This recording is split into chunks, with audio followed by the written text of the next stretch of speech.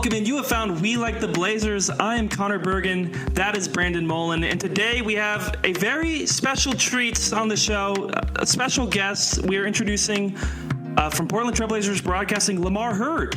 Lamar, welcome. Thanks for taking the time. Thank you, Conor and Brandon. Thanks for having me. Yeah, we are really catching your nomadic lifestyle right now.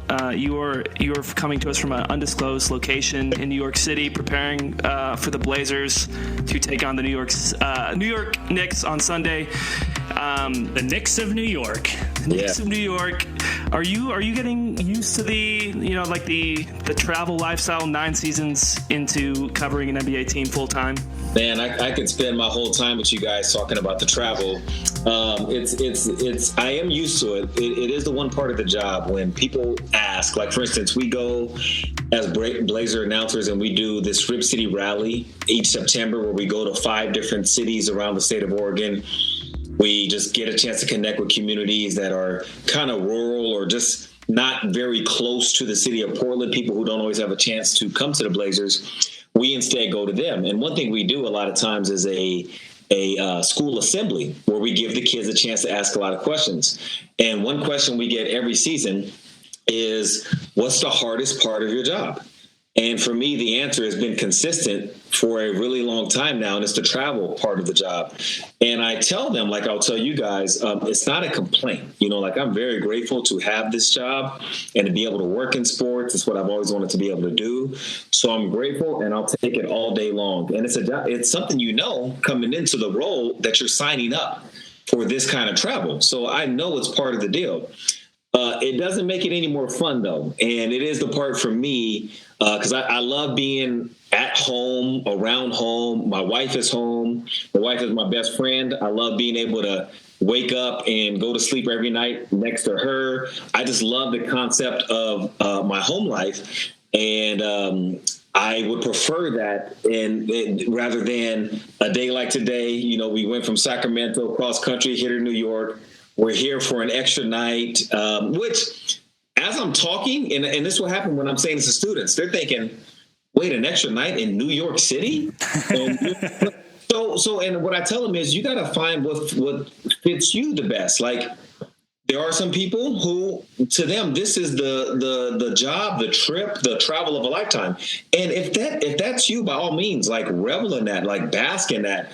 But for me, I have gotten used to the travel. I don't enjoy it, but I'm grateful for it, if that all makes sense. And here we are winding down now, end of the season. One thing that does help travel is traveling for a purpose. And the Blazers are playing purposeful basketball at a level this time in the year, late March, that they haven't the last few seasons. So I'm definitely looking forward to the games. Some good opponents coming up. And, it all counts right now. The Blazers still mathematically have a shot at making that play-in tournament that they want to be a part of. Yeah, it's so refreshing for fans, I think, to have more meaningful basketball in March. And Chauncey even talked about it. Like, this is the first time in his career with the Blazers that he's been coaching more meaningful games in the spring. Yeah. And I was thinking about that. Like, we talked so much about how Chauncey inherited a team that was a bunch of veterans, and then the roster hit a reset. And he's talked about that perspective. And I'm wondering what that perspective is like from a broadcaster like yourself to get to know a whole new team, a lot of young guys, and be watching their developmental journeys along with the rest of us. Yeah, well, this year, I would say less than the last 3 seasons. I haven't felt that I need to get to know a whole new team, because what's happened the last, I think 3 seasons, I think I have that number right. The last few seasons, after the All-Star break, we've had to get to know a lot of new guys. Like, there was a time, I'll never forget, we were in Memphis at the end of one season, and we got a notification, we got an email that somebody just signed a 10-day contract. And we weren't aware of who the player was. We get on the bus, and the player is there on the bus. And we're at least we think that's the player, because we didn't know who he was. So and we're used to, when we get on the bus to go to the arena, you're used to knowing who's normally on this bus, who's the staff, who's the players, and there's just this random face. And so, like, that kind of thing became normal. It wasn't even super odd, because that's just where the team was at that time. So for this season, being able to have a group of guys from start to basically finish that we get to know early on, we get to convey who they are, what their game is, how they play, all of that to the fans throughout a season consistently.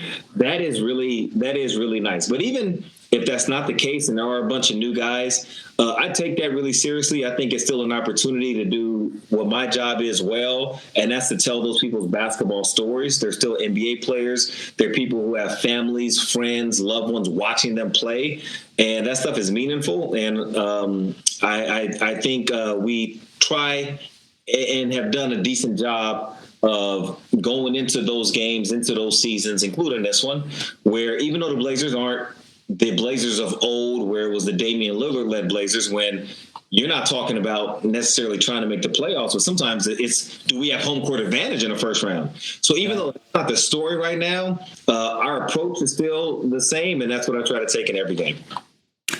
So you've gotten to know the players better, and, you know, obviously teams benefit when the players get to play with each other for more than like 6 months at a time, and they build rapport. You've been working with KC since 2016. I'm curious how your relationship with Kevin Calabro has changed and how the way that you approach broadcasting has changed as you and him have gotten to work more and more. It's been nearly 10 years. Tell us about that relationship. Well, Brandon, you would probably remember this because I know you were around, because I remember learning about you early on in our time when you had the long hair. I remember that. Yeah. Connor, I don't remember if you were around then at that time, but when Kevin and I first started, it was a bit of a rough start, not for he and I personally working together, because we had worked together before. We had worked together several years in Fox Sports Northwest with the Pac-12 network. We had done games before, and we've always been fine. But this was our first time working together for the Portland Trailblazers, and knowing what that meant. That was different for us, being team announcers together. Kevin had done it with the Sonics. But for me, even though I was kind of known as the Oregon State guy when I would do games with the Pac-12 or Fox Sports Northwest, I wasn't rooting for Oregon State, or I didn't go into games as a professional with a vested interest in Oregon State over the other team. I wanted to call the game as it was. And you know, when there's a player that played at a school or played for a team, that it is more likely than not that they are wanting to see that team do well. But I never wanted to carry that into games. So this was our first time working as a team with this certain condition. And early on, it was tough for us, I would say, not from the standpoint of knowing one another or knowing what to do, but just how do we best be ourselves while also representing this team appropriately, while also letting the fan base know, hey, we're on your side. Because, I mean, it's no secret. We were coming in, replacing Mike and Mike, who had done an incredible job for years. I lived in the Portland area since 2007. So from 2007 till 2016, when I got the position, I was watching those guys just like all of you guys were. And when they were let go of, I was as shocked as everybody else. But the thing is, nobody knew that. Like, for me, coming in and be a Blazer announcer, I didn't reach out to the Blazers. The Blazers reached out to me. It wasn't something I was seeking. I wasn't trying to attack a job. So there's all these things that went into it where it's like, man, we all want to be on the same team. We want to be with you guys. And so what Kevin and I think really kind of settled into at a certain point was like, we just gotta do us. And this thing is going to flow the way it needs to flow. And there's going to be some people who, it's like a bit of a mourning when people lose their team announcers and there's a change and how it goes. And I understood that. And so we just knew, man, let's just represent this team. Let's be ourselves. And I think we kind of settled into that over a season or two as time went on, as we also learned the fan base as well, as we learned the players, as we learned Coach Terry Stotts and how he likes to do things, as he was the coach at the time. So the more we got to just learn and kind of just settle into the environment, I think we've been good to go since then. Yeah. So you talked about living in Portland since 2007, but I think there's such so you must have been seeing it then, but I think there's such a like spirit behind the Portland fan base growing up in Portland. Maybe it's like homerism, but I also think it's part about maybe it's like homerism. It's homerism. Maybe it's homerism. Maybe it's bias. I'm just saying. Portland fans like their team. We Connor, are special newsflash. a little bit. I think we're special in like a small market type of way, in like a Rip City like. I think it goes deeper and like more genuine than most fan bases go, and I'm wondering just if you have picked up on a similar thing in your time covering the team, and I think you were even kind of talking about it even with them mourning Mike and Mike. Like there is such a rooted interest in the Blazers. It is such a big deal in this city. How you got used to those like expectations and then learned to join the community yourself. Yeah, well, I'll speak first to that expectations part. I don't go into a game trying to meet people's expectations. I go into it just presenting myself, and I know that's going to land for some people and it's not going to land for others, and I'm okay with that as a result. And I didn't used to be that way as a basketball player. I've spoken about this before in different forums, but when I played at Oregon State, my biggest struggle was not being able to just be myself without worry or concern of how it was impacting other people, mainly the fans who want to see the team win. Because I wanted to do so much to be helpful to that situation that if I ever felt like I was letting somebody down or I wasn't doing what I was supposed to be doing, it would mess with me mentally. And so what I went through as a player really shaped who I became as a broadcaster a ton. I was able to learn a lot from that situation as a player, which I wish I didn't have to go through that to learn that. I wish I could have kind of acquired that another way, but I wasn't in that place. So when I go into games now, it's not an expectation. It's just like, this is who I am, and I'm going to do my best job to give an honest accounting of the Trailblazers, of plays that happen. I want to tell you guys the truth. I remember my first couple of years, I had fans get on me a lot and tell me they feel like I'm rooting for the other team. And, there's some people that I would talk to about that. And because anytime somebody comes to me respectfully, you can tell me you hate me as a broadcaster or I had the worst call. But if it's in a honest kind of respectful way of like, man, I can't get down with you, I'll have that conversation all day if that's something you want to have. But if it's, something else where it's just like, how it is, sometimes people are not going to rock with you, and that's fine. But I was always interested in knowing, like, what are you guys going through? What is it? What are you seeing with when I said that about the call? And people would explain to me. They'd say, like, we feel like you're our announcer. Like if the ball, it's a 50-50 call, it's supposed to say it's the Blazers ball. And so I would have these conversations, and I think people were then able to hear from me of like, well, that's not really how I do it. Like, I want the Blazers to win, but also like, it's like my own family. I want my own family to win in everything in life. They know that. My own family also knows I will never tell a lie for you.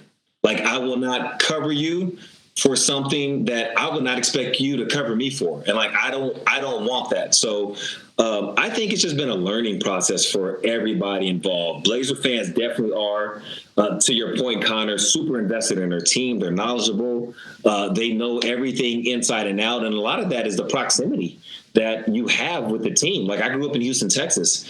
I couldn't just go to random places sometimes and like see a Houston Rocket, maybe in a Whole Foods or in some gym or something. Like, I had to have certain access to go and get that. In Oregon, like, it's just so small. You might see one of the players walking around in Northeast Portland and Bridgeport and who knows. Picture Jeremy Grant in my neighborhood on Clinton. I'm just like, It's Jeremy Grant. There it is. Yeah, like stuff like that. That was never a thing for me growing up. So it's one of the things that makes the Portland fan base really cool. The relationship they're able to have, both like with announcers, like I've been explaining so far, but also with the players, with front office people. Like, it's a really cool thing, and it makes sense why Portland fans are as invested as they are. So you said something about wanting to be yourself on the broadcast that resonated with me, like where I am in my life, honestly, in my work, and trying to challenge myself to, you have to be professional, you have to be discreet, but I really do in the work that I do would like to show more of myself in that. And I've been challenging myself to do that. How do you in broadcasting find what some people would call, I guess, like a growth edge, where you're trying to be yourself, you're trying to be authentic, but you also want to try new stuff. Like you want to grow, you want to, add whatever like rhetorical flourishes to the arsenal. But how do you balance that? Like getting better at your craft and also being, authentic? I just try to be honest with myself along the way. So if there's something that I maybe try, which I don't necessarily try a lot of stuff while broadcasting, but there might be something that I might say differently than I normally say before, or I might venture into a topic that I don't talk about a whole lot if maybe Kevin goes there or whatever the case is. And after the fact, I got to be honest with myself and say, okay, that was kind of good. That worked out all right. Or that was stupid. Like, don't do that again. That didn't work. And I don't have an issue doing that. I don't have an issue just knowing like, okay, that didn't work. Like that's something in my first couple of years, I was trying to learn the Portland fan base. Like, social media was a big way to do it because you can now communicate fans and players and announcers. And that wasn't something that was available early on. In my wanting that transition to be as smooth as possible for the fans, I would maybe sometimes overextend myself with certain things. I would maybe talk about the game in a certain way that's not really how I would do it all the time. And so there's a period where you kind of got to just be yourself and really live with those results. And along the process, though, you're always honest with yourself and always gauging like, all right, I might have done a decent job for 5 games, but then I had 2 games where I really sucked those 2 games. Like I was wrong about that call that I thought was a foul. I was wrong about that player who I had on the scouting report, and I thought that his strengths were X, Y, and Z, and they really were A, B, and C. And I think as long as you do that along the way, like you can be okay with yourself, and then also just try not to get into a mode of people pleasing, where, it's okay to want people to enjoy what you're doing, but man, everybody's going to have their own opinions and different things. So for me, I just try to do my job. I go home, job's over. I go back to the job the next day. Like that's kind of the process, not carrying things with me, whether it's good or bad. If I have some good calls or something goes viral or whatever, like I'm not going to spend 24 hours with everybody. Hey, look what happened. Look what I did. I was going to say, because your job is so public. Like, no one's taken Brandon's running a meeting and now let's like run the clip of him flubbing the thing in the right. Like that doesn't happen with me. Yeah. But people see what you do. Yeah. Have you? Well, yeah, go for it. Yeah. Well, I think for me in this role, like, so when I was a kid and I wanted to be an announcer, it's because I'd watch people on TV and I would say, oh, that seems really cool. You could be on TV. Like if you're on TV, everybody's looking at you. If everybody's looking at you, they probably like you. They think you're cool. As a kid, these are some things. So then it's like, oh, well, that's just me wanting to be on TV. Then it turns into like, well, I want to be a basketball analyst. And with that, when I would ask myself that question, it's like, I want people to enjoy the game like I enjoy it, because I got hooked to the game because I felt like I was able to watch the game, whether it's the actual game or people talking about it. And I was able to watch it in a way where it's like, man, I want to do that. I want to be around that. So then I started to understand that human side of it that didn't have anything to do with me and my vanity to an extent, but like bringing people along. So as I got older and older and learned more and more about platforms and influence, I could see like, oh, okay, the people on TV talking about basketball have the opportunity to possibly change people's life to an extent. You got the opportunity to have a family watching the game and say, man, I just love basketball. I just love this. So now they're watching a Trailblazer game and they're watching for the basketball. Maybe during the game, you see a story about Jeremy Grant and the foundation he has, his Our Generation Foundation, or Anthony Simons and his Be a Light, or, what all the stuff Damian Lillard did. Now all of a sudden it becomes like oh, wait a minute. Okay, so you could be at that level and still do those good things, and you could be a normal person and you're not above people and you can kind of blend in with people. So all these things became a part of me as an announcer before I joined the Trailblazers, to the point that part of the reason I wanted to join the Trailblazers was because, like I told you guys, from 2007, I was in the Portland community. And being in the Portland community, I was working with kids the entire time. I think Connor, when he and I met at the beginning of this season, when we talked, he said he had come to one of our camps at some point. And so for me, basketball was always just a method to bring people along for something that's greater than just playing a game of basketball. So when I go into the game as an announcer, when I decided in 2016 to be the Trailblazer analyst, it wasn't so that I can just tell everybody like, "Oh, dude, I'm the coolest dude in the room. I'm the youngest analyst in the NBA. Like, nobody has this position." It wasn't. Even though those were some of the facts of the matter, it was never about that. It was, okay, now, how can we turn this into something where everybody's involved, where we're watching Trailblazer games together, we're having fun together, we're learning about stuff in basketball, outside of basketball together, we're affecting each other's lives together. That's what it's all about. So for me, it's been really simple to keep kind of a clear head and clear mission to what I do. And I really appreciate the Blazers management. You guys have probably heard me talk about them. Man, I don't know how many times, but Dwayne Hankins, as a leader, I really don't believe there's a better president of a sports organization in professional sports. And I can go down the list of people within our management who help set up that type of identity and philosophy for our organization that makes it really exciting for me to be a part of. Well, one thing that you and Kevin add that's not just basketball, I think, is making the broadcast, add humor to it and some lightheartedness to it. And we would be very sad if we did not get to this next topic. But before this is over, we really wanted to talk to you about the Grinch. And so for those who aren't familiar, although it was a viral moment, so I think many people should be familiar with this. Lamar went on a mid-game Grinch rant on December 26th when the Blazers were playing the Utah Jazz, talking about how the Grinch is the most misunderstood, or top 5 most misunderstood humans, or I don't know if the Grinch is a human, but misunderstood people in literature, in the world. And just, can you talk about what led to that rant? Because I found it so fun and entertaining. I was sharing it. I got to do the little write up for it at Blazers Edge, that was a fun hour of work that I could call work, was listening and transcribing your Grinch rant. Okay, I can break it all down for you and let you know how this happened. And so a lot of people heard the rant, but they don't all know why I said it when I said it. So you guys are getting the exclusive on the Grinch rant. All right, yes. So what I have shared is The Grinch is my wife's favorite movie. For years, she watches this movie every Christmas, multiple times. Okay, so not once, not twice, not 3. I do the LeBron, not 4. Yeah, right. And just to be clear, we're talking about the 2000 Jim Carrey live action Grinch, right? Favorite movie, the Jim Carrey Grinch.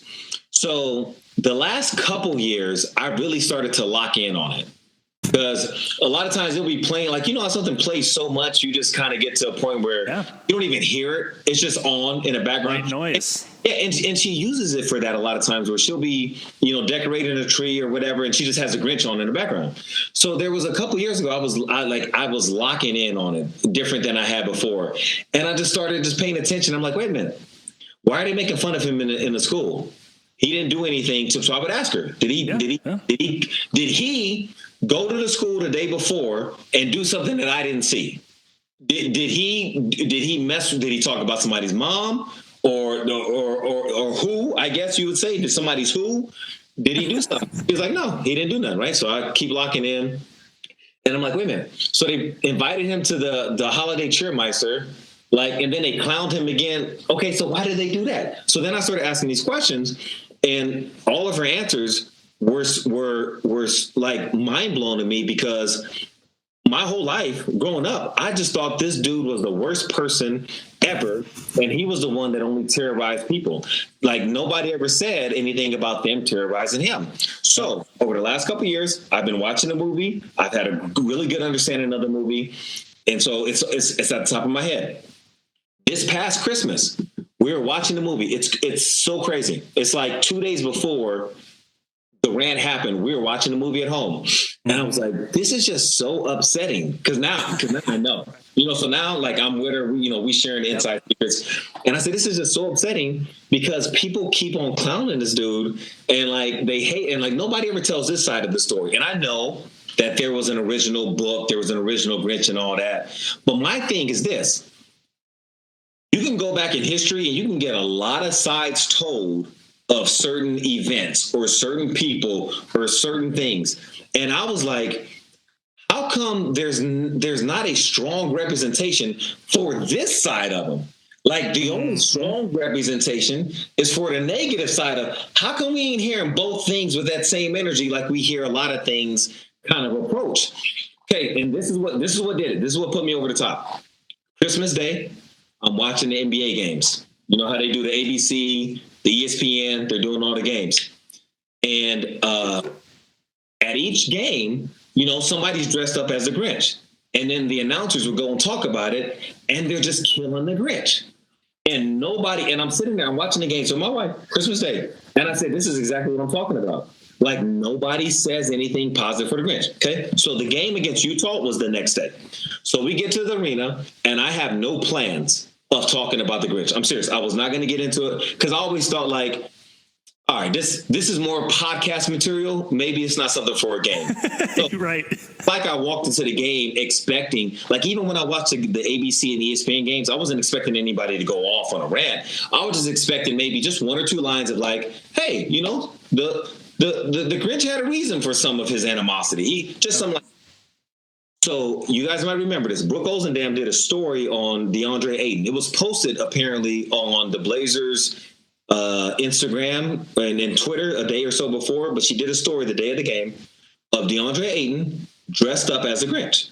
So he's dressed up as a Grinch. He's decorating his tree, doing stuff. And right when she tosses back at the end of the story, if you go back and listen, you'll hear it. She tosses back at the end of her story. And I think we showed a Grinch, somebody dressed as a Grinch in the stands, but Brooke said something like, and there goes a Grinch. Yeah. Kind of like a bit. Real judgmental. So it was directed at Brooke. Yeah, no, it wasn't directed at Brooke. It wasn't directed at Brooke because all Brooke was doing, she was speaking for everybody else. Yeah. She was speaking for what has been the long-time narrative. Right. But as soon as she said that, it clicked. And I just started talking.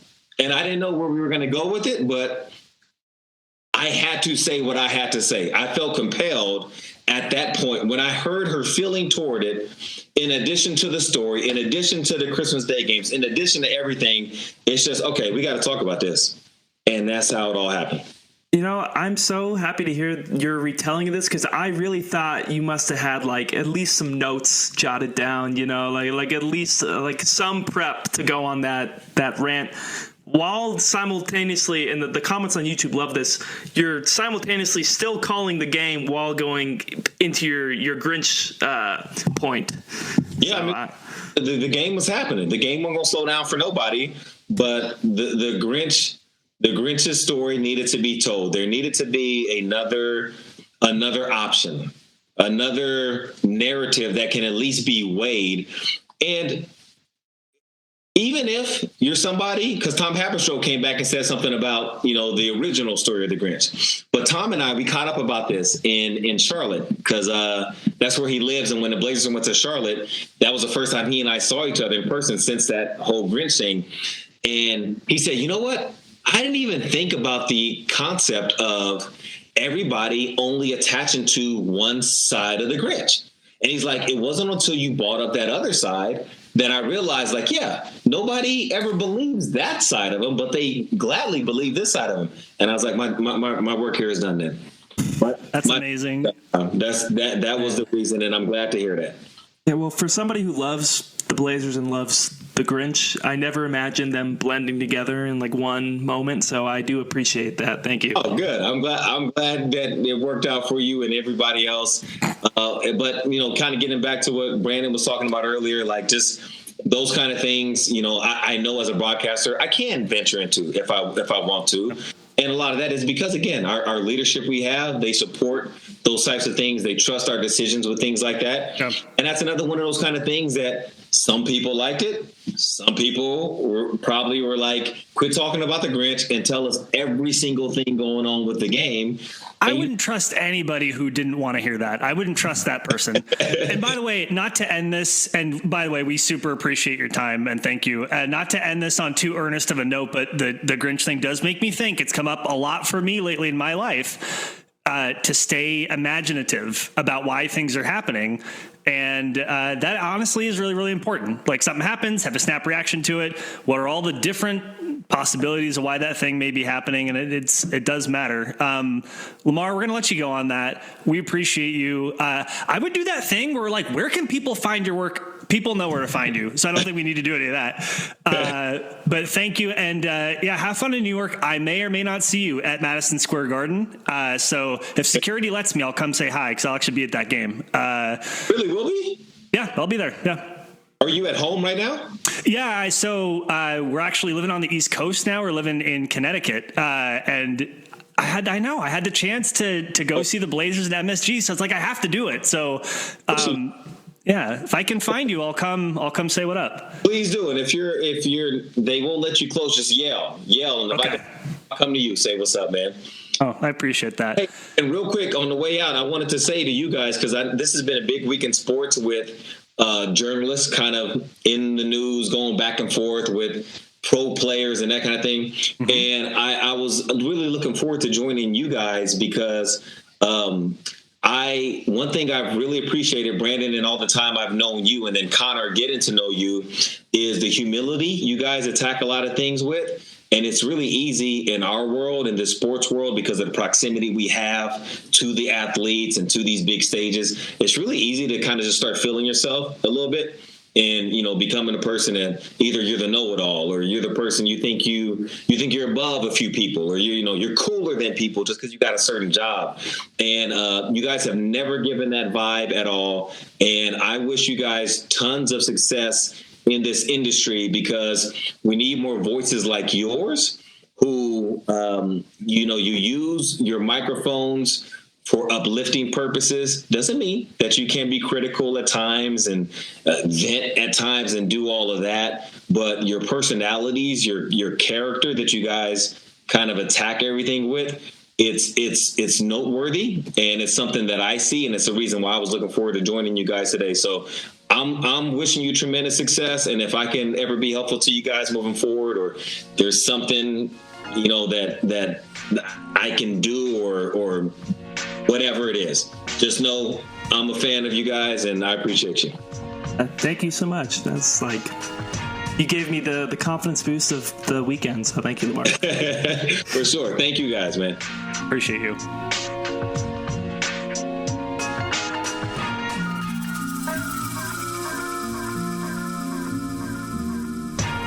Thank you again to Lamar Hurd, Oregon State legend, by the way. Didn't talk enough about that. Conor, we had recorded an episode recently, which we would now also like to share with people. What about a 2-for-1? Should we charge double for this, or what do you think? Double bonus. Hit my Venmo. It's my name. You're in the double bonus. You're getting 2 shots. Like, no problem. It's not the 1-and-1, getting 2 shots. We made the first free throw. We're getting the second free throw. Exactly. I think it makes sense. So, yeah, I thank you again to Lamar Hurd. And here is I don't even know how to say this, Conor. It's just the other half of the episode. But that's why you're going to get 2 intros. Please enjoy. Appreciate you.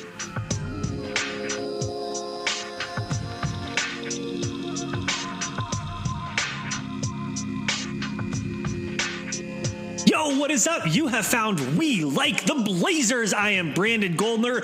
Over my shoulder is the Scoot Henderson X Cheetos bag that my Scoot Henderson Cheetos shoes came in. And through the screen is the one, the only, the effervescent, I probably used that descriptor before, but whatever. It is Conor Bergen. Conor, what's up? Actually, sorry, before I kick it to you, I'm sorry. Yo, what is up? It is Brandon Mullen. I have to get used to my own name. Anyway, hi. Hi, Conor. Hey, good to be back on the pod. It's been a little bit of a time off for us. I didn't even notice the name mishap, so I also need to get used to your new name. It's hard, especially when it's like, I mean, first of all, my name is ingrained, but second of all, like that little intro thing has been the same for a long time for me, like some version of that. Yeah, my hair is just, oh man, I hate it. The audio listeners, Brandon's hair is doing weird stuff. And then I tried to put a little hairspray in it, like, okay, get a zhuzh, get some volume, for the camera. And it's not working out, but that's okay. How are you? How's your hair? Your hair looks pretty good. My hair's looking fine. It looks good. Yeah. But thank you. No need for gel today. It's just kind of a little natural stick to it. But other than just that, the sweat and the humidity of the day. Just the sweat from the grind of the job. Question: aren't y'all in the Pacific Northwest under like a thunderstorm warning situation? We are, but we're not there yet. This is the calm before the storm, quite literally, because I'm looking out my window right now and it's still like sunny and nice. But I think it is supposed to, like, we're on like whatever, like watch 2, tornado watch or something like that, around like 5:30. Yeah, watch 2, very official tornado scale.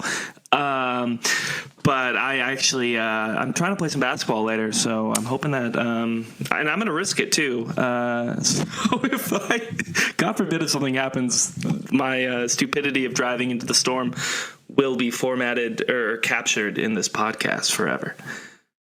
Just as long as you're not playing basketball on a golf course and there are no trees around, something will be taller than you, probably. We'll be good. 24 so hours. Hopefully. Fitness. Although how cool would it be is like you like drain a 3 and then lightning just explodes the hoop. That's game. Mm-hmm. Yeah. First to 11 or whoever explodes the hoop. Yeah, first to lightning strikes. I haven't gotten the Scoot Flaming Hot Cheeto shoes, but your review of the shoes really did kind of tempt me a little bit to at least look into them. And I didn't know, I was reading the comments on that piece you wrote, that was not a first-time shoe review for you. I didn't realize that you were kind of Blazers Edge's like in-house shoe aficionado. Once every 7 years. Yeah, I reviewed what at the time were called the D. Lillard 2s. Real hoops heads know that the D. Lillard 1 and D. Lillard 2 came out, and then they went to the Dame 3, Dame 4, Dame 5. So I reviewed the D. Lillard 2s back in 2000, I want to say maybe 16, something in there. And then now bringing it back for the Flamin' Hot Cheetos. Yeah, the Cheeto shoes were good. They were $55, first of all, and then second of all, yeah, they played really well on court. I was very surprised. Like, the fact that you could out of the box run full court in a brand new shoe, I was just I brought both my regular shoes and those ones expecting to switch. And I was like, I don't need to switch. So I was like, very impressive. Puma, please advertise on the podcast. Send us some Flaming Hot Cheetos. I know. At the very least. I just bought a new pair. I bought the new Sabrinas. I jumped on the bandwagon. Nice. I feel like I just got swooped up in that kind of, because those are really gaining popularity right now the last few years. And they're like it's like a floral pattern to it, kind of like pinkish. They're kind of cool. Like I initially didn't want to get the pink shoes, not because of like some masculinity thing, but maybe deep within me there was something rooted in that, but I didn't want to get the pink shoes. They were the only pair there. I really just wanted to buy shoes, so I did it anyway. They replaced my Damian Lillard 5s or whatever I had somewhere down the line. So very happy with those shoes. And I also noticed Matisse Thybulle, if you've paid attention to his shoe game since he's returned, he has been playing in the new Sabrina 2s as well. So we have perhaps similar styles, me and him, on the court because of the shoes. Matisse Thybulle, that's the name we should be talking about, because we have not recorded since Monsieur Thybulle returned to the Blazers lineup. I think it's been that long. He has been doing really well. Let's set the table. We're going real cash today, Connor. Just a cash episode. The Blazers a catch up between old friends, essentially. Exactly. Yeah. Grab your slippers, grab your pipe. Your dog will bring you your evening post. I guess it'd be weird for two people in the same room to both be reading the paper, smoking on a pipe. So I'm not sure where this imagery from me is going. That's like there's like a frog and toad photo of that. That's oh, well, frog and toad. I mean, come on. It's like relationship goals, friendship goals, relationship goals. Podcast the Blazers goals. Currently, as of today, the year of our sweet Lord, March 26, 2025, the Blazers find themselves at 32-41. They find themselves 3.5 games back of 10th place. The Phoenix Suns, who are suddenly the hottest team on the planet, they've won 4 games in a row, and looking ever more likely that the Blazers will indeed be in the lottery. All of our dreams about a play-in seemingly dashed on what is now, what do we have, 9 more games to go in the season, if my math is correct. They've played 73 games. There's 82 games of the season. I can do math. Connor, let's start here. I have found the will they, won't they play-in lottery to be a real rabbit season, duck season situation where Joe Cronin and Chauncey Billups are playing the role of Bugs and Daffy. And I don't know who got the better of who, but it was like, they're in the play-in, they're in the lottery, they're in the play-in, they're in the lottery, they're in the lottery, they're in the play-in, they're in the lottery. And like, I don't know if this was like Joe Cronin's trick and like it worked. But what do you make about this? Like the Blazers, were close and reasonably had had a chance to make the plan. Now it looks very likely they're going to be in the lottery. Not the greatest lottery pick, but how are you feeling? What's going through your head? Just Blazers standing in general. Yeah, I think the dream of the lottery was exciting for the last few years where the spring has been the most boring basketball of all time. It provided a little more entertainment. But I think, and there was one game where it really was like, I think it's going to happen because I think it was after they beat Denver on Friday. You mean, dream of the plan. Sorry, you said dream of the plan. Okay. Oh, yeah. Apologies. Okay, dream of the plan. For one day, play-in fever was very real. And it was after the Memphis game. And everybody was talking about it because it was looking like Dallas was falling off a cliff and Phoenix was not, they're Phoenix and dysfunctional. And then they beat Denver that Friday and it was like, okay. But that day, both Phoenix and Dallas won, so they didn't gain any spot in the standings after that win over Denver. And since then, it has all kind of just faltered away. I think what I make of it is this is exactly what the organization or Joe Cronin in this. I like your analogy of rabbit season, duck season. I think this is what they ultimately. Only the real ones will get that reference. I think this is what they expected to happen. I think they were kind of like, we'll let this sort itself out. Hopefully they don't make it in. Like it's a very slim chance that they make it in. I do think though that they were going to let it happen if it did because they didn't pull people out. They didn't shut down Deni. So. Like, I think it was a genuine few weeks of basketball, and ultimately the outcome was probably for the best of everyone involved. Yeah, the dream of the play-in was alive, I think, even for more than one game. I mean, you do the math of, like, how many games are left and how well are they playing. Like, I would say there's the fact, okay, here's my argument. The fact that there was a game where it was possible means it was possible for all of the time before. Sure. You know what I mean? Yeah. So, anywho, where they now find themselves, though, Connor, and I mostly agree with everything you said, per usual, no notes. The Blazers find themselves, we're talking lottery, 10th best lottery odds. They are tied, technically, with San Antonio, who is in 9th. Sorry, not technically tied, effectively tied. The Blazers' win percentage is 1/100th of a point better, and it's just a matter of they haven't played the same number of games. But so they're tied to San Antonio. They're half game behind the Miami Heat for 8th best odds. The Heat have now won 2 in a row. They've had a very, very dreadful last couple of weeks / month / haha, should have traded for Dame. Maybe you should have given up more than your pocket lint, Mr. Riley.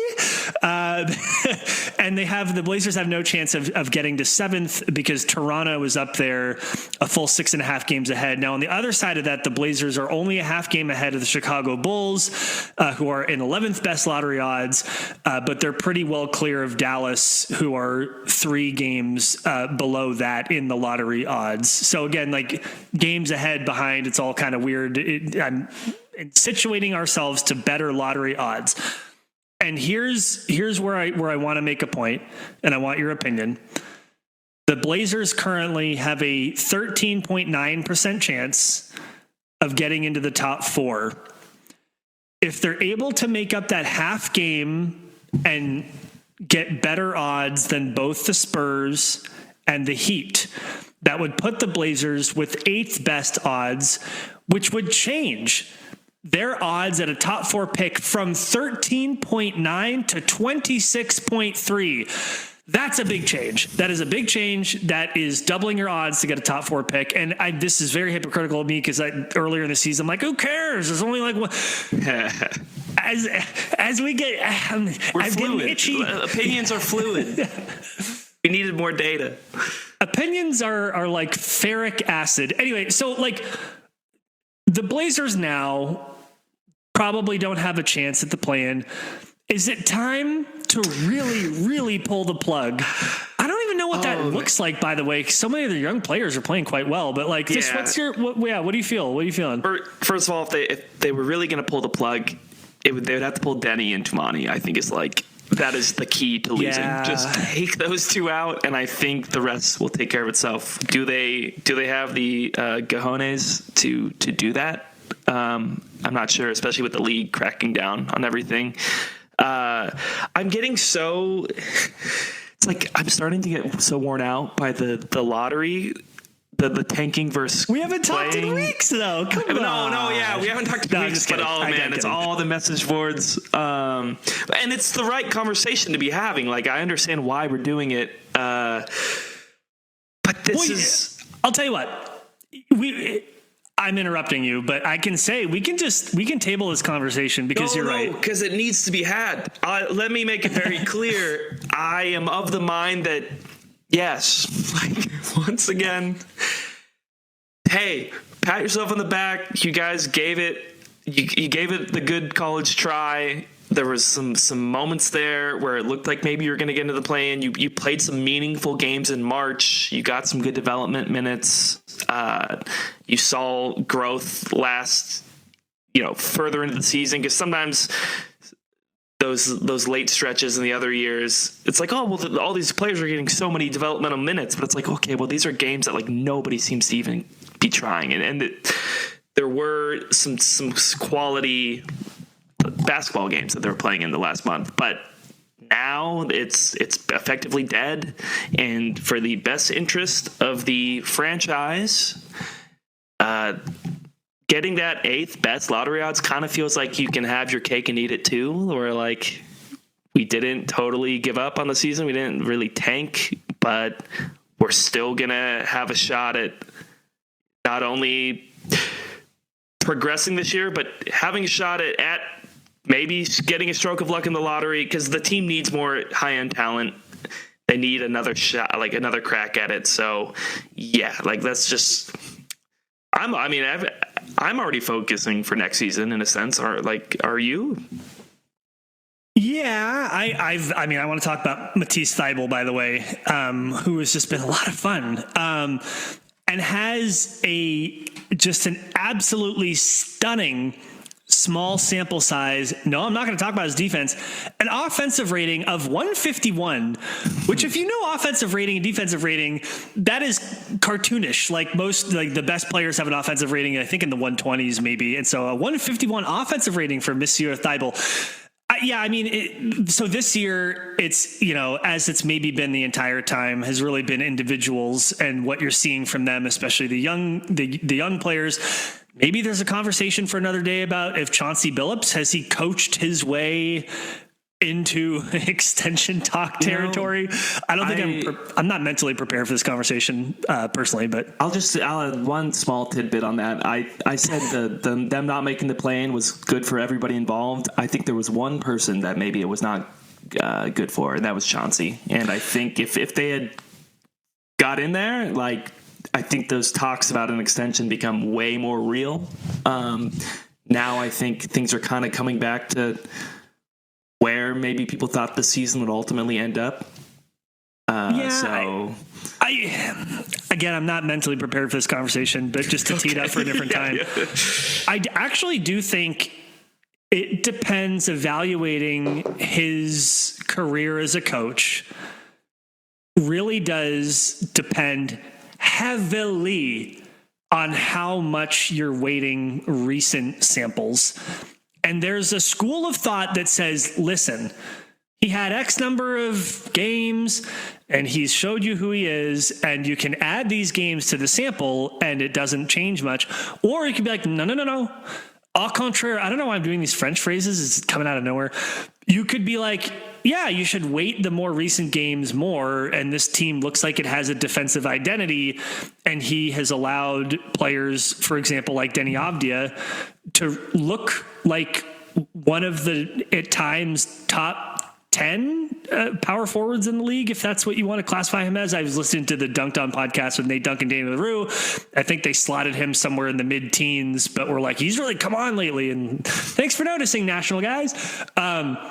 But back to your original question, am I looking forward to next year? Yes. Like, I think the Blazers should do what they can to get as good of a lottery position as they can. They've 70 plus games of actually trying. Good job. And by the way, to your point, and maybe you know more than me, the league's anti-resting rules, my understanding is that it only applies to quote unquote star players who have made an all-star or all-NBA in the past 3 years, of which the Blazers have none.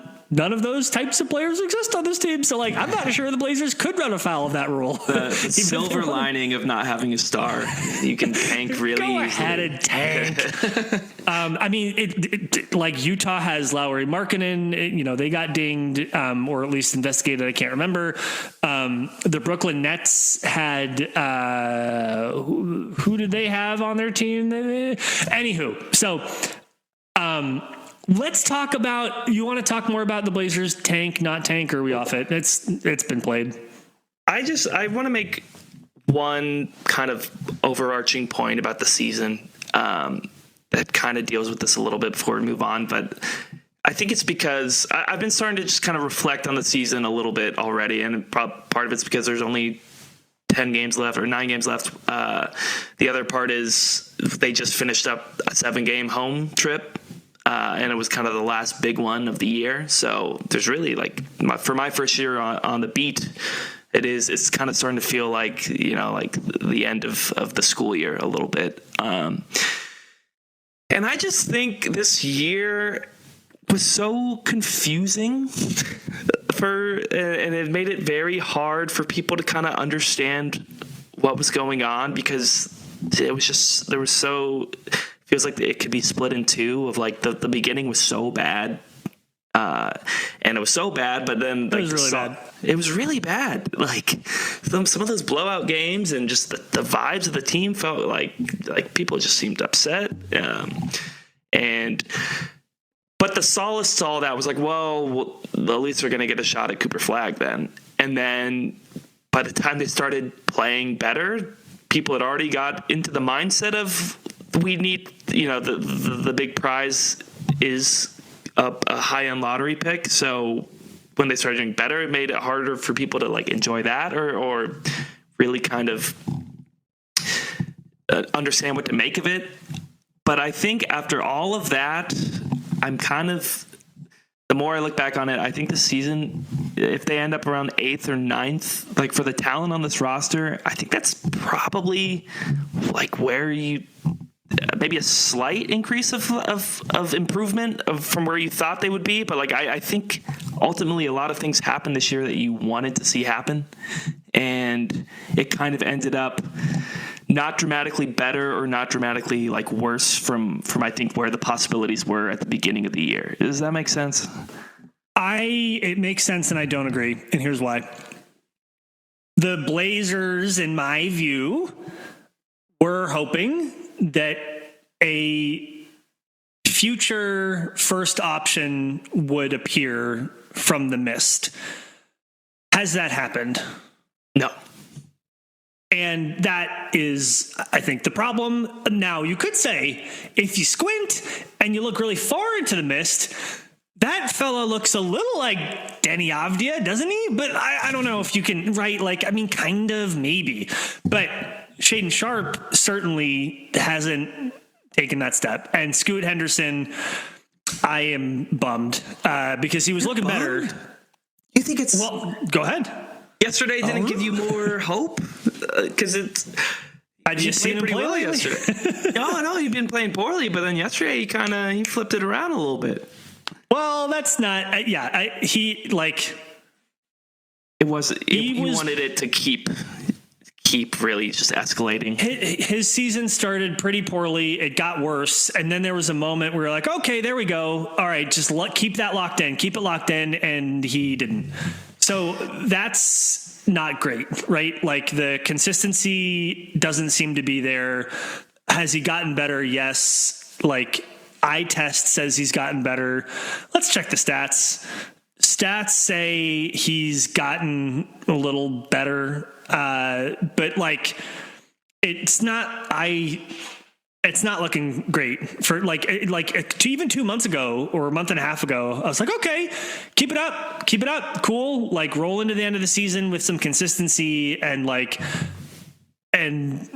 hasn't happened. I think I'm just grading it on such a curve with him that I am just looking at this as such a win for him because the start of the season was so bad. 42% shooting from the field. That's a win for you.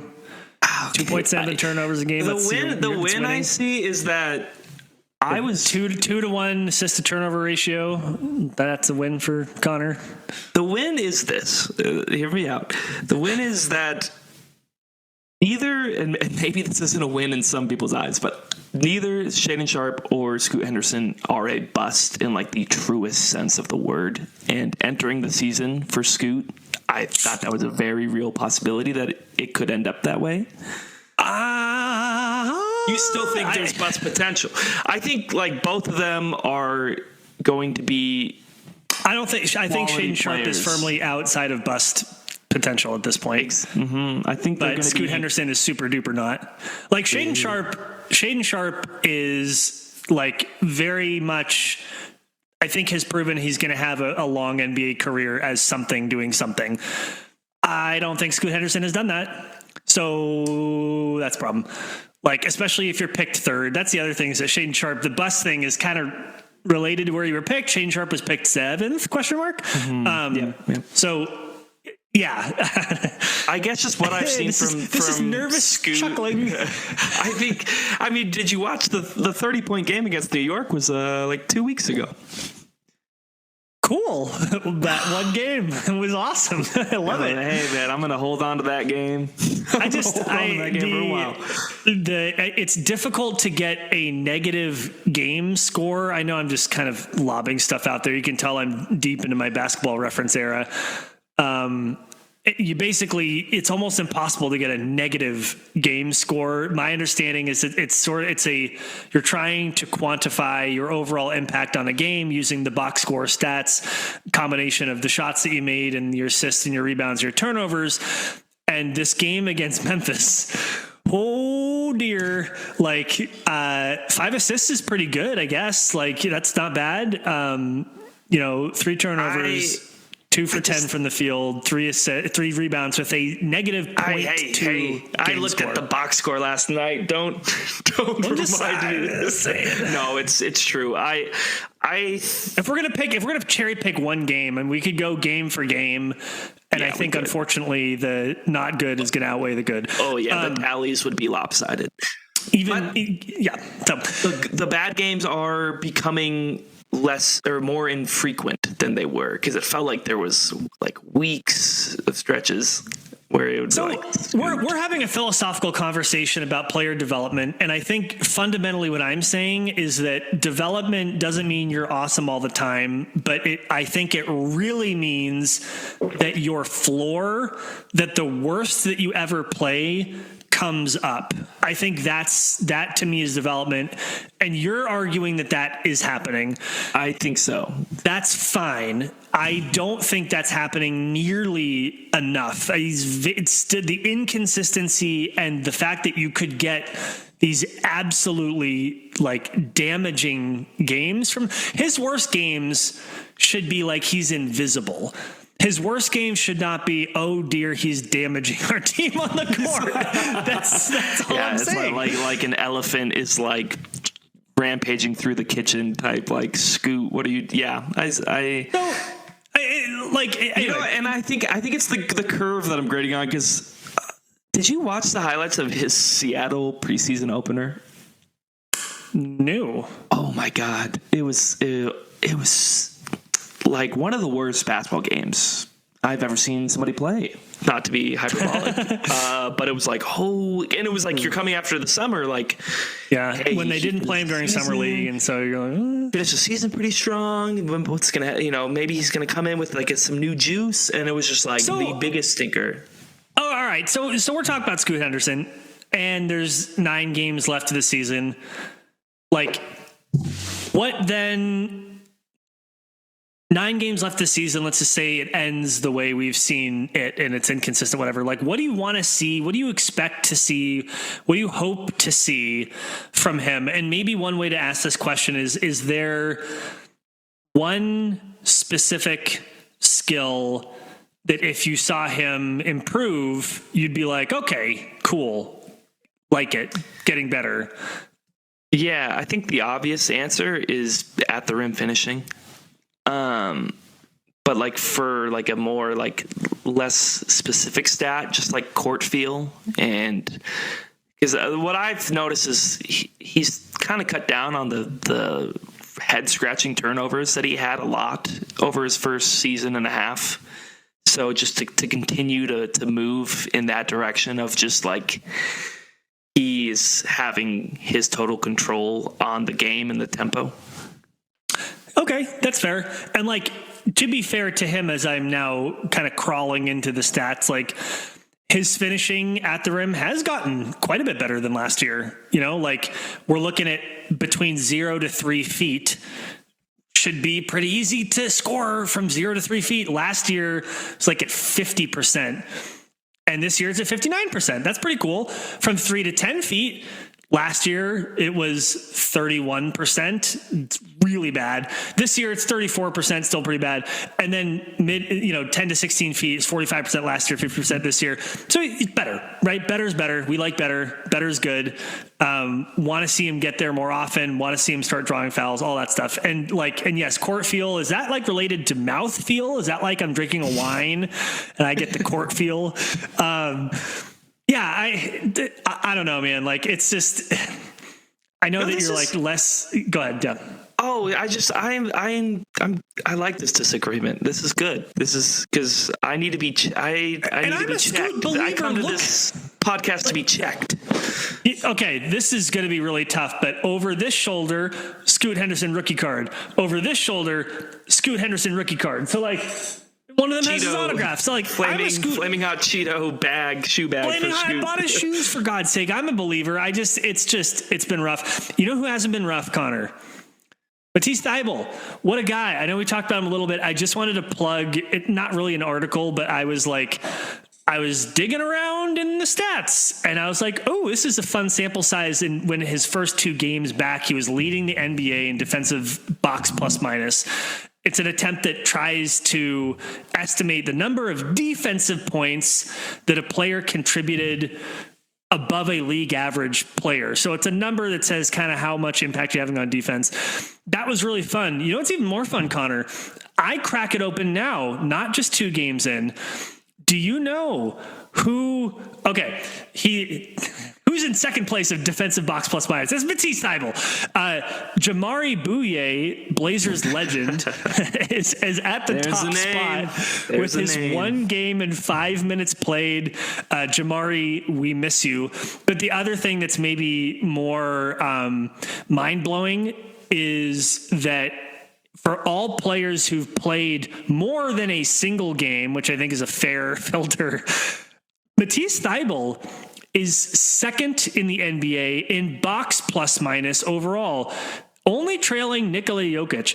Pretty cool. Still a small sample size, right? But like, my point is, and my question for you, I small sample, sure. Statement.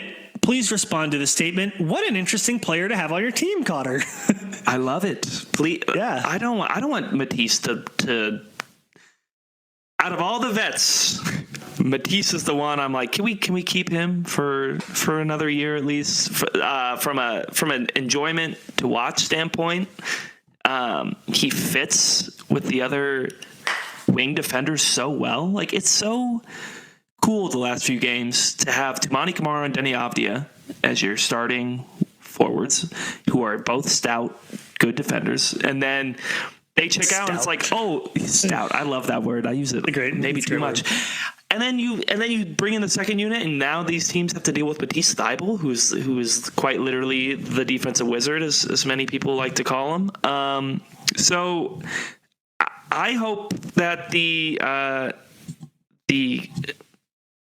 relationship between Matisse and the Blazers at least goes another year, because I think he's a good player to have for what this team is doing, and he's still only like 27 or something like that. So it's not like he's like some 35-year-old vet or something.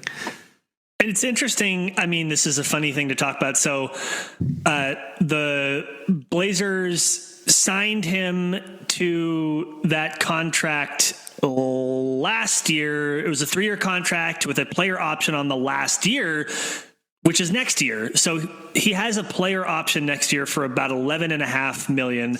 Sounds like a lot in the NBA landscape, where the cap is going up and now expected to go up even more, as you know, we shared on site. 10% increase in the salary cap next season. Oh my. That $11.5 million is peanuts. Now, the thing that I find funny about this, and maybe it's not so funny, he was out, right? Matisse Thybulle was out. He had an injury. He was ramping up to come back, and then he suffered an injury, ramping up to come back from the injury, and then he was out. At that point, I was like, well, he's done for the year, unfortunately. Oh, no. He comes back. He comes back and now has the second highest box plus minus in the NBA for any player who's played more than one game. He comes back and now he has the second highest defensive box plus minus, right behind Jamari Bouye. He comes back and suddenly looks like a flawless integration into this new defensive-minded Blazers team. And I'm thinking to myself, Connor, what if he declines the option? What if he goes out to the open market in this cap environment where people are throwing money around like it's the Monopoly man? And I'm scared. So if he doesn't pick up this option, I mean, this is a conversation that Matisse Thybulle has to have with his agent, and whether the total of 15 games he will have played this year, if he plays every other game from now on, whether that's enough to prove that he's worth more than that, I don't know, but it's certainly a possibility. That's an interesting question. Yeah, because I was more thinking, if he picks up that option, do you trade him? Because I think the assumption was always this year that they would probably trade Matisse for some seconds. And go on. Well, no, I just to me, it's such a small contract that to trade it, I don't think you could possibly get good value for him, really, because it's such a teeny tiny contract. So I have become of the mind, if he keeps that team option, let's bring him back. But if he declines it and then you get in a bidding war with somebody, then you start to look at it is the luxury of having Matisse Thybulle something you want to invest in past that price tag? And even it's the NBA marketplace is so funny, right? Because the NBA marketplace is very different in free agency than it is when you're making trades. And what I mean by that is, like, for teams that have cap space, which there aren't really that many, and free agency isn't what it used to be. Like back in my day, free agency was a big deal, and now it's like stars get their contracts and then they force their way out and get a trade, like whatever. Where teams would be maybe willing to quote unquote overpay for Matisse Thybulle. Okay, he's going to be healthy. He has this impact. His 3-point shooting has gotten better. Small sample size, but hey, it's what we're looking at. But then when it comes to trading, it's like, I don't really want to give up anything for that. So I wonder if the Blazers, if he does decline the contract and he does want to get more money, to your point about him being tradable on his current contract, I don't know how tradable he'd be on his next contract, whatever that might be. And someone in his, late to mid 20s, maybe. Again, him and his agent are going to have a conversation. Is it this year or next year that we can get, hopefully like a longer term contract and really fill the coffers? Set you up for life contract, or like set you up for retirement type of contract. Right, because this is interesting. Matisse Thybulle has only, in quotes, made, guess how much money he's made in his career? Is this something like... Yeah, he's made like $22 million the last 2 years. Is this something like $30 million? $23 million. And the reason why that is like, it's a lot of money to me, but it's not a lot of money to most people. Players like, and Anthony Simons is a different player, a better player. By the time Anthony Simons' contract is over, he will have made right around $100 million. That's a lot different. And so for someone like Matisse Thybulle, who maybe has one more long contract in him, is it this year, is it next year? I don't know.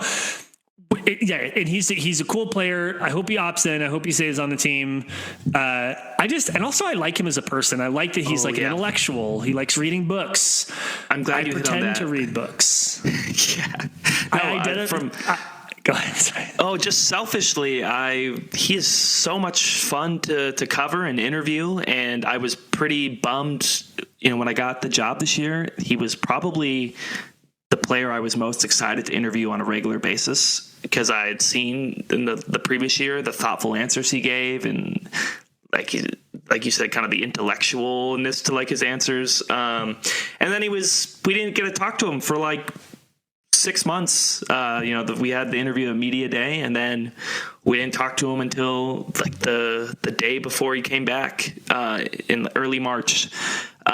So I would enjoy another season of reps of interviews with Matisse. And like even after that first good game, we talked to him in the locker room, and he talked about like going rogue.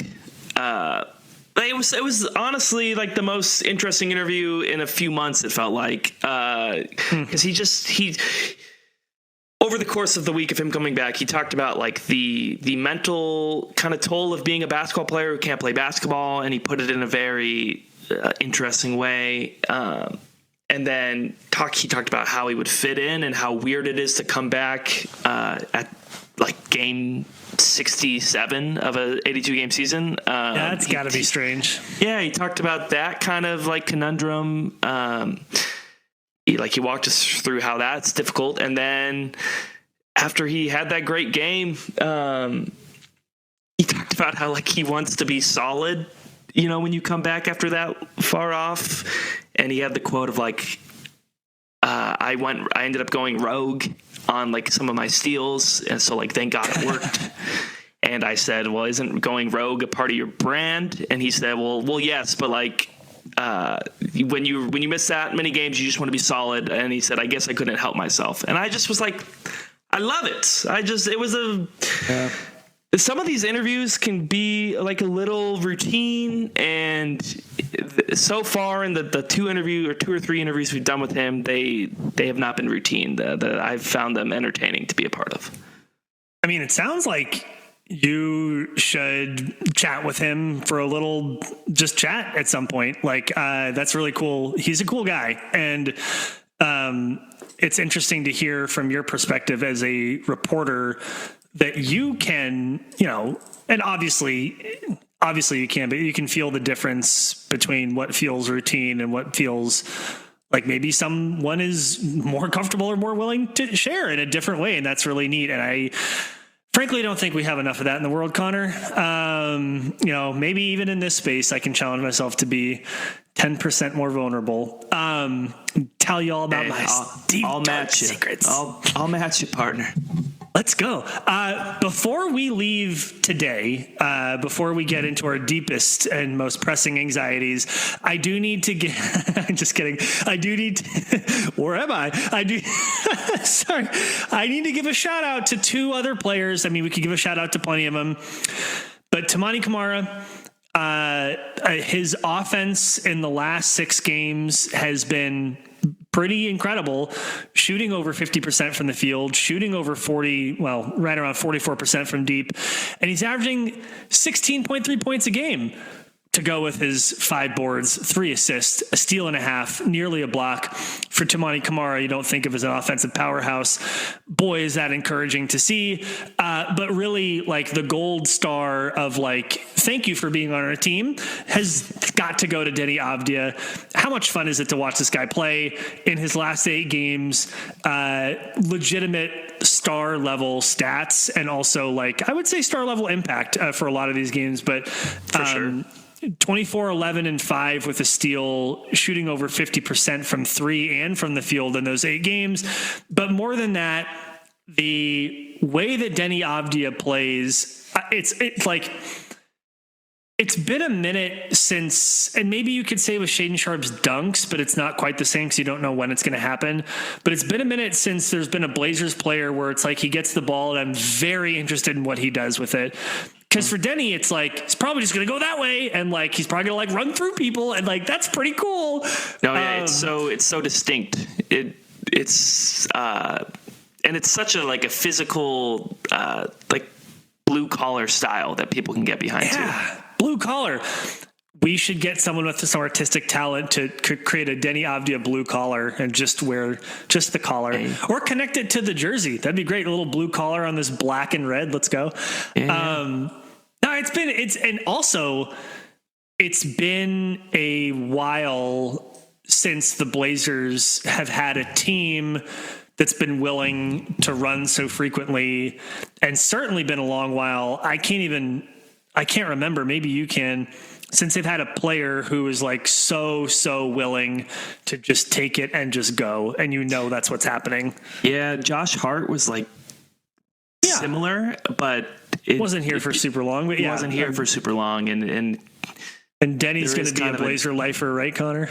I think he'll be here definitely longer than Josh Hart. I think Toumani and Deni, and this is like goes without saying almost, but like they are the two undisputed victories of the season. Like, I agree. We got into a debate about Scoot and like Shaedon. Like, it truly is like a eye of the beholder with them a little bit, but it is unquestionable that Deni and Toumani have both been wins. And Deni, like, he was already a success before March, and then in March he had his best stretch of the season. So it just has gotten better. And you know what I keep thinking about, and I think that you may have brought up this point before, but imagine Deni Avdija in a basketball environment where he had people around him who could shoot a little better, because I just think that would open things up even more. Like, I don't know, like again, national podcasts that I tend to listen to frequently have, at least in my brain, I remember them saying, well, Deni Avdija is really like a floor raiser and not really a ceiling raiser. And I'm not sure I agree with that. I would love to see Deni Avdija on a really, really good team. Maybe not like as the 6th man, but playing that kind of like interstitial lineup primary ball handler role.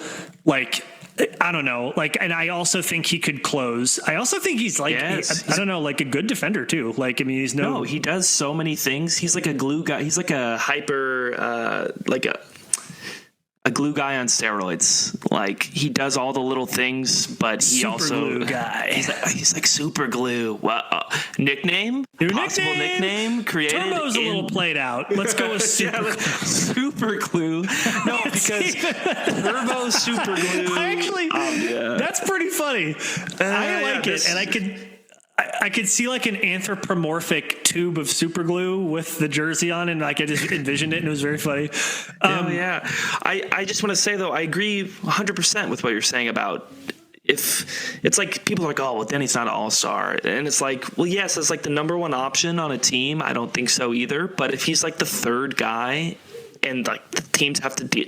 Imagine if you're a team dealing with like a superstar, and then he kicks it out to Deni Avdija, and now you have to deal with him, who can give you like 20 and 10 and like 7 on any given night. So I think that's his most natural role, and like in that way, I could see him sneaking in. Like if I could see him sneaking into an all-star game in that role, I think he's that good. Yeah. I think he's that good too. It's also just like, again, just to repeat how fun it is to watch him play, which is just fun for me as a fan / writer of the team / podcaster of the team. Do you have anything else that you want to hit on before we call it a day?